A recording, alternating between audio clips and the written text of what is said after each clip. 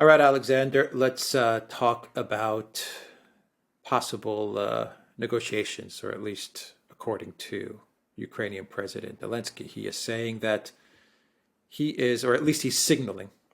Uh, is he saying it publicly as well that he's ready to negotiate with Russia? Yeah, But of course, yeah. he's He's got just a whole list of conditions, like a whole list of conditions that he's put down there. But Jake Sullivan, according to the Wall Street Journal, told him to start saying that he's ready to negotiate with Russia, and every couple of days he's now getting out there and saying I'm ready to negotiate with Russia. But of course, he always has those caveats of his conditions. What do you make of this? well. I mean, here we go. We see who is really in charge of Ukraine because 2 weeks ago, 3 weeks ago, the Ukrainians, their position was very clear. They were not going to negotiate with Russia at all until all their territory had been liberated and until Putin had ceased to be president of Russia. That was their clear set out position. Now, you may consider this to have been a crazy position. I do. You may feel that it bore no relation to reality. I also think that, but the fact remains that that was their position. Then along comes Jake Sullivan to Kiev. He tells the Ukrainians, well, that isn't on. You've got to change your position. You've got to start saying that you're willing to negotiate with the Russians. And lo and behold, what happens? All of those bold statements, we're never negotiating with Putin. We're only going to negotiate when we recaptured all our territory, including Crimea. All of that's just gone. Suddenly, Ukraine is willing to negotiate. As you correctly said, they're making all kinds of conditions. The Russians have today issued a statement saying that they're not prepared to negotiate on the basis of any conditions. They want Ukraine to sit down and just negotiate. But notwithstanding that, it is quite a significant reversal. And it does begin to beg a lot of questions about what is actually going on behind the scenes. And it shows again that it's the United States that's the puppet master pulling the strings. So there are rumors, and these are just rumors.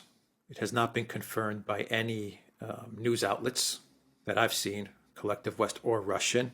These are just rumors that are floating around on various social media channels, saying that the CIA director Burns, as well as the director of foreign intelligence for Russia, Sergei Naryshkin, are meeting in Ankara, and they're negotiating. What do you make of this, if it is true? And once again, we don't even know if this is true, but there is a lot of talk that something is taking place in Ankara.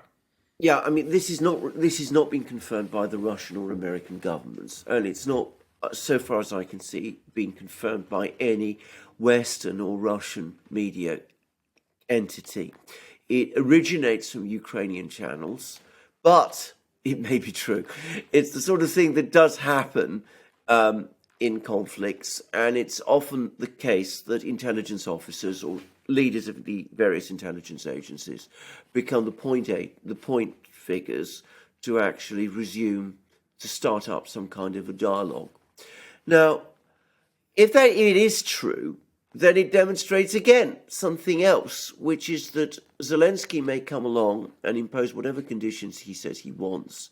But the reality is that just as he is a puppet of Washington, so it is Washington that is actually going to begin the negotiations and conduct those negotiations in its own interests and by itself. And that, of course, we've had a historic precedent for. It's what happened in Vietnam. The United States eventually cut out South Vietnam and sat down and negotiated in Paris with North Vietnam. There was a direct negotiation between the United States and North Vietnam in Paris, and South Vietnam was not involved. And of course, the same thing ultimately happened in Afghanistan, if you remember, where there were negotiations in Doha between the Taliban and the United States. And again, the pro-American Afghan government was not involved. Now, the interesting thing about all of this is that all the indications are that the initiative has come from the United States. And it's starting to look as if there are forces within the United States that are beginning to have doubts about the wisdom of this Ukrainian affair. Now, I say that we've got to be very careful. These reports of meetings between Naryshkin and Burns are not confirmed, but that the United States has been pushing for some kind of diplomatic opening to the Russians by Ukraine, that they're trying to unblock the process in some way, or at least someone is. I think that we're now seeing an accumulation of evidence that's pointing in that direction. And of course that really begs the question, why? Is it because the United States has achieved its objectives in Ukraine? What are its objectives in Ukraine? Or is it on the contrary, because it's now becoming concerned that it may not be able to achieve its original military objectives in Ukraine, and not military and political objectives in Ukraine, which, as we've discussed many times, are or were regime change in Moscow. So perhaps rather than continue having this economic war of attrition, which is causing a deepening crisis in Europe and eventually conceivably in the United States, perhaps on top of that, are worried about a debacle, a military debacle in Ukraine. Maybe this is the moment when they've come round and said that, this is the moment for us to try to unblock this and to explore with the Russians what the options, what the possibilities are. And if that is the thinking, then it would explain why there might be a meeting in Ankara between Naryshkin and Burns, and why they might have been pushing the Ukrainians, Zelensky specifically, towards opening up to talks with the Russians. Just consider what that would mean, though. Back in March, the Russians and the Ukrainians by themselves had come very close to an outline agreement. Washington and London wrecked it. We've had months of further fighting. Hundreds of thousands of people have been killed. And what has been achieved? We're back to perhaps the starting point again, or so it seems.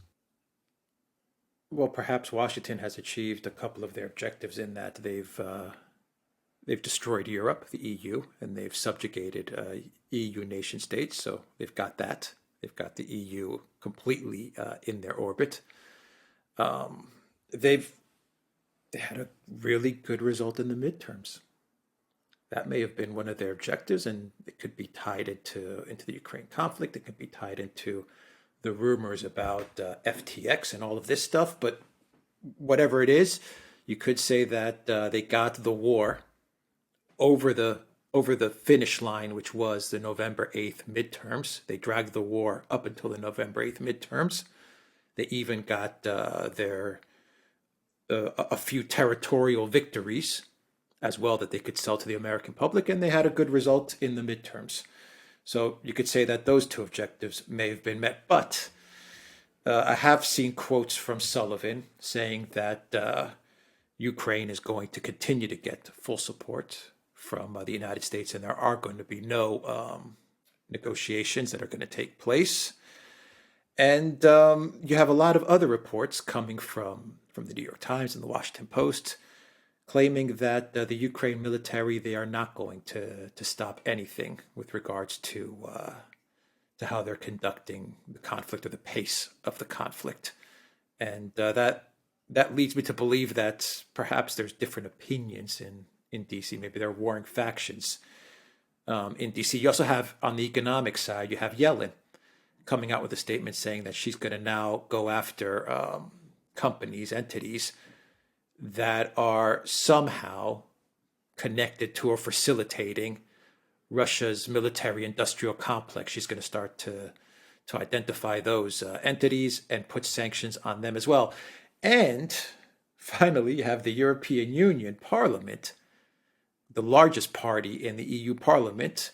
They're about to put together a proposal which is going to brand Russia as a state sponsor of terror. So, a lot of mixed signals.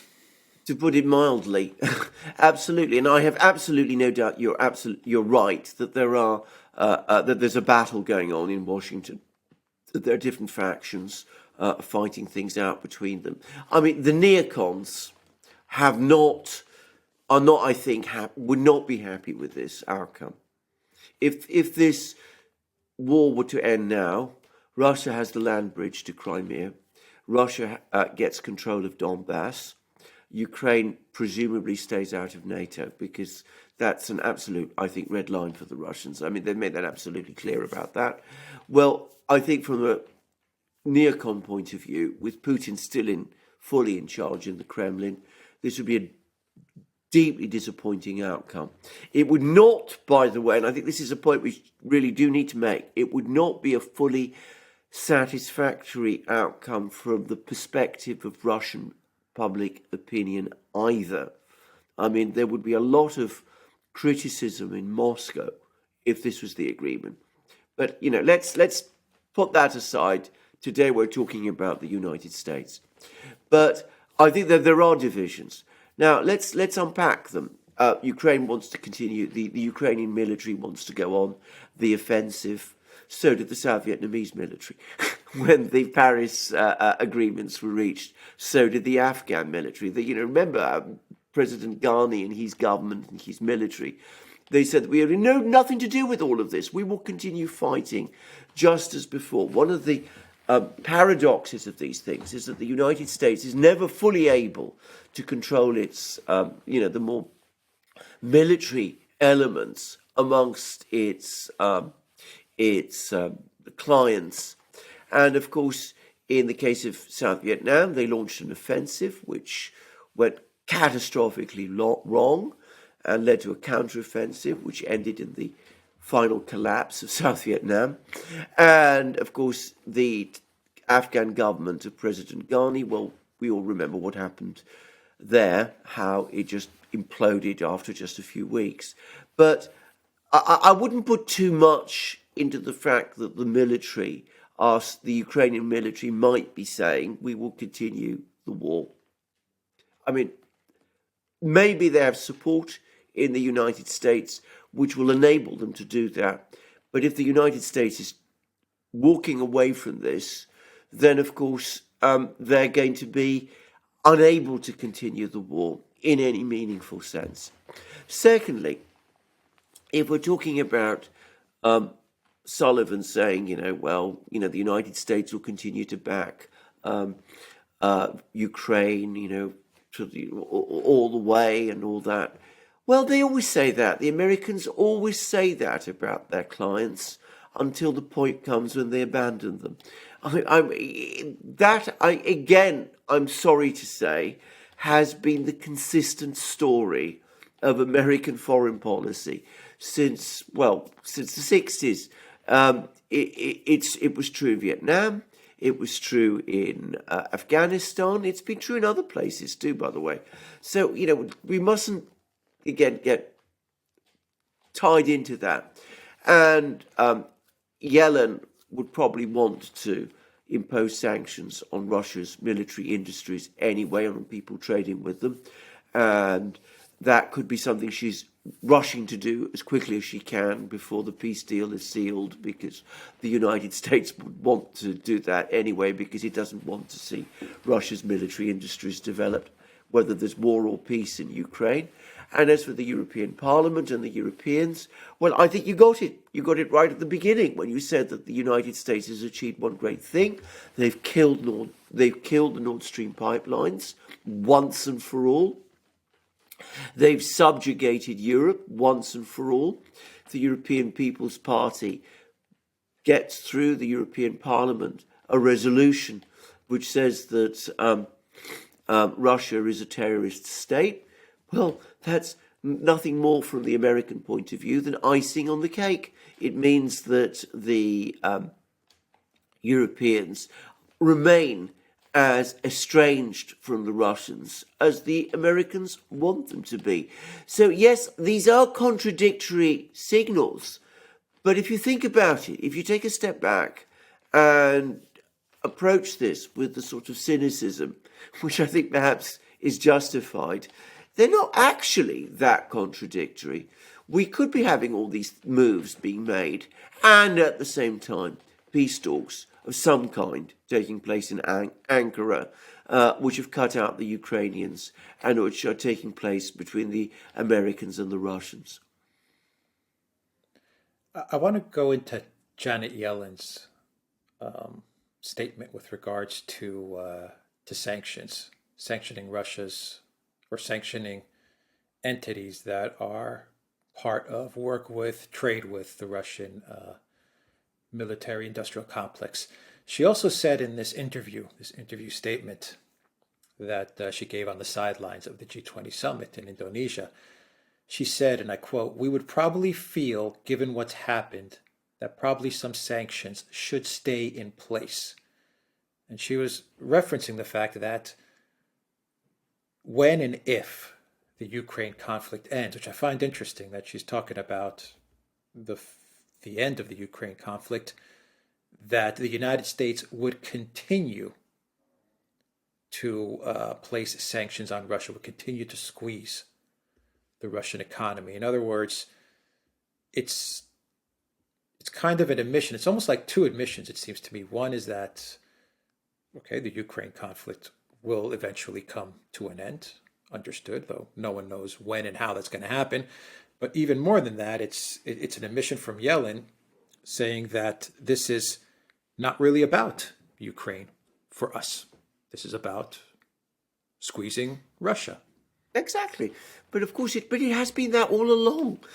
This has never been a conflict about Ukraine. This has never been a crisis about Ukraine. It has always been about a crisis about Russia's relationship with Europe, and about Russia's relationship with China.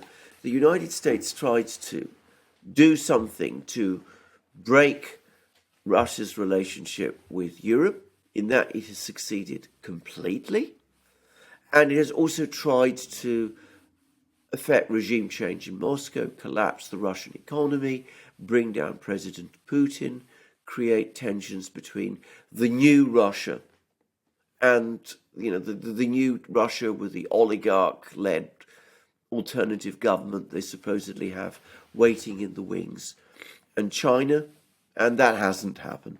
But apparently they've now come to the conclusion that the latter simply isn't going to happen, and maybe, just possibly, because this is we're only reading tea leaves at the moment. We don't have anything concrete to work with, but we do have these messages. But maybe the US has concluded, or some people in the US have concluded, that this has gone as far as it can, and that we've got to just let this thing drop.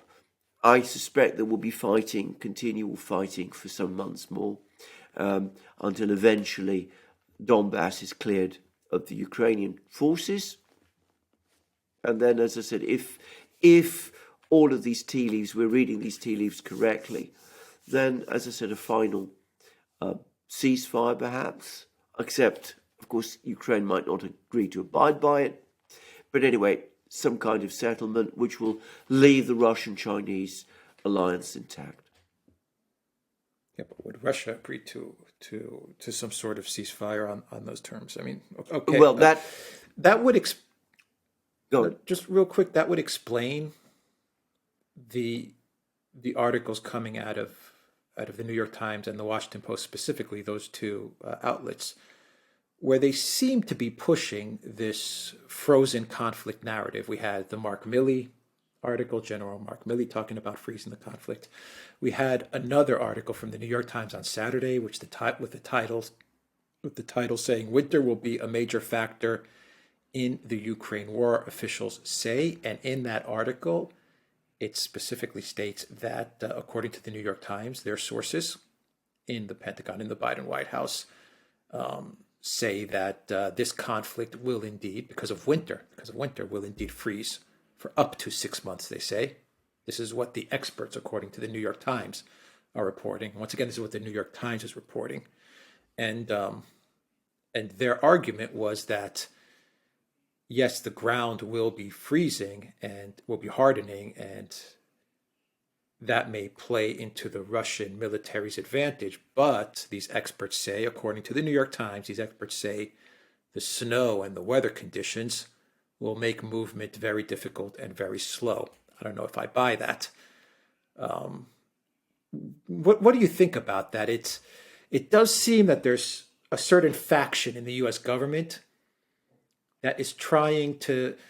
To me, I'm looking at it like there's one faction that's telling Biden, "Let's quit while we are ahead." That's the way they may see it. We got our Kharkov win, we got our Kherson win. Let's quit while we are ahead. There's another faction, the neocons, which is saying, further, go more money, more weapons. We got to go further. We got to destroy Russia. We can't leave it at this. And perhaps there's this other entity or group which is saying maybe the compromise is a 6-month freeze. Maybe that's the compromise. And in that 6 months, the war's kind of, moving along or grinding along slowly, and we can get more weapons to Ukraine and more money, but we just stop it for a bit and we use the whole weather thing. Now, just to be fair, just so I wrap up this thought, and once again, this is not us. This is what the New York Times and the Washington Post is saying. Just want to be clear, because sometimes people say that's what you guys are saying. No, that's what the Washington Post and the New York Times are reporting. You were the first person 4 or 5 months ago that talked about the Russian advantage in wintertime when the ground hardens. And I think you were the first person that talked about how there was talk that perhaps snow and the weather would slow the Russians down. But you said you didn't buy that either. Am I correct Absolutely. in that statement, that you didn't buy the whole snow thing? But it's coming up again. This was an article posted on Saturday. I know. And I'll actually put a link to that article down below so people can see it, from the New York Times. Absolutely. What do you make of all of that? A whole lot of things we could say. First of all, let's begin by saying that the British are saying the same thing. There's been the latest intelligence briefing. They're not really intelligence briefings, but steers, if you like, that the Ministry of Defence is giving to the British media. Also bring up this winter thing, that, the winter is going to impose a kind of pause, that, fighting can't really continue in a big way in winter because of all the factors that you've just outlined. Well, first of all, historically, the Russian army has conducted successful offensives in winter in Russia. They did that during the Second World War multiple times. They did that famously, for example, after the Battle of Moscow. There was a big winter offensive, in fact, and they did that during Stalingrad. There was a big winter offensive after Stalingrad. So, they have a history of conducting winter offensives. All right, you can argue that was long ago. Today, things have changed. We're into a different picture. Maybe weapon systems are somehow more fragile than they were in the 1940s. Maybe people are rather more fragile than they were in the 1940s. I can't really see why, but, maybe you can argue that. But the point is, that's not what these same people were saying this time last year. Go back, reel all the way back to the last couple of months of 2021. And if you remember, they were constantly predicting imminent Russian offensives against Ukraine during that very same period when the ground had hardened.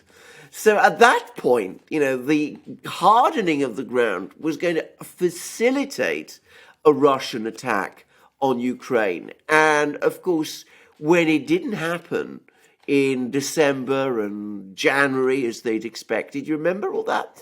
They were saying, well, the reason it hasn't happened is because it isn't cold enough. The result is that the ground is too soft, and that's why it's been postponed.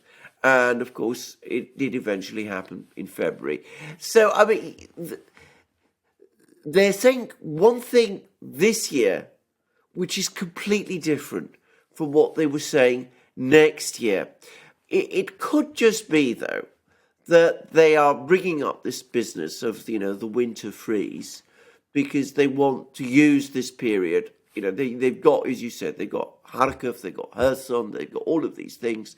This is now their opportunity to launch some kind of diplomatic initiative, and they can package it by saying, well, the winter has imposed its own restrictions on the Russian offensives, so let's actually settle down and work on some kind of diplomatic compromise. Yeah. I wonder if another final thought, if with the U.S. everything is, even the foreign policy is all about domestic policy. I wonder if there are also some people in the Biden White House, some people who are advising Biden to put together a type of, or the people around Biden, because Biden may not know what's going on, but the people around Biden to put some sort of negotiation together, because then Biden can go out and he can claim that he's the one that negotiated a settlement with Ukraine. Obviously, he had a good showing at the midterm. The Democratic Party had a good showing at the midterm. He received a mandate to govern in the way he was governing the first 2 years, and as president, he was the one that brought Russia to the negotiating table, and he provided the solution. I was just spitballing this stuff right now. Yeah, I wonder if there's understand. some people in the Biden White House who are looking at this as some sort of, this is a good chance. Now that the midterms are all done, we can also maybe, tack on another little PR victory for you, Biden, at home. Absolutely. I think that's entirely likely. I mean, as you correctly said, in the United States, the paramount politics are domestic politics, except for one faction, who are the neocons. The neocons are not interested in domestic politics. They're only interested in their foreign policy, which isn't really even a foreign policy. It's these great geopolitical chess games that they like to play. But the neocons are not the entire Democratic Party, and I can entirely believe that there are people who are saying, this is our great chance. We've now, got as far. This has gone as far as it can go. We've got it. Now is our opportunity to see whether we can put together some kind of deal with the Russians, because we need to find some success for dear Joe. He's done well in the midterms. We've done far better than we'd expected in the midterms. But if we don't give him something else, some great achievement, well, it might be more difficult to either arrange that, great, goodbye as they prepare for their next candidate for 2024. Or, of course, if they really do decide to stand Biden again, as apparently he wants, then, of course, they need something to show for what he's actually done as president, so that if he comes up against Ron DeSantis, he can actually claim to be a president with some achievement. Yeah. All right. We will leave it there. Any other final thoughts, or do you want to? No, I think the most important thing to say is that as of this moment in time, we don't actually know for a fact that any of this is happening. There's a lot of talk of negotiations. There's a lot of discussion about negotiations. There's rumours about these meetings in Ankara. We don't know what's going to happen if Naryshkin and Burns do meet in Ankara. Whether they'll even find common cause or what. So let's wait and see. But I'm going to say something else. If there is a negotiation, if there is a deal done, if the Americans and the Russians do a deal with each other, the Europeans will inwardly be furious. They will have been led up the garden path. They will have, obviously, to go along with this. They won't regret the severance of the relations with Russia, because that's in conformity with their own ideological positions. but they will be furious that they have been cut out completely from the negotiations and that it's the Americans who are negotiating and they who are being ignored. Yeah. Fog of war, fog of Yeah, diplomacy, I guess, is what we're seeing now. Anyway, yeah, absolutely. We will leave it there. TheDuran.locals.com and go to the Duran shop. 10% off. Use the code Good Day, and we are also on Rockfin as well. Take care.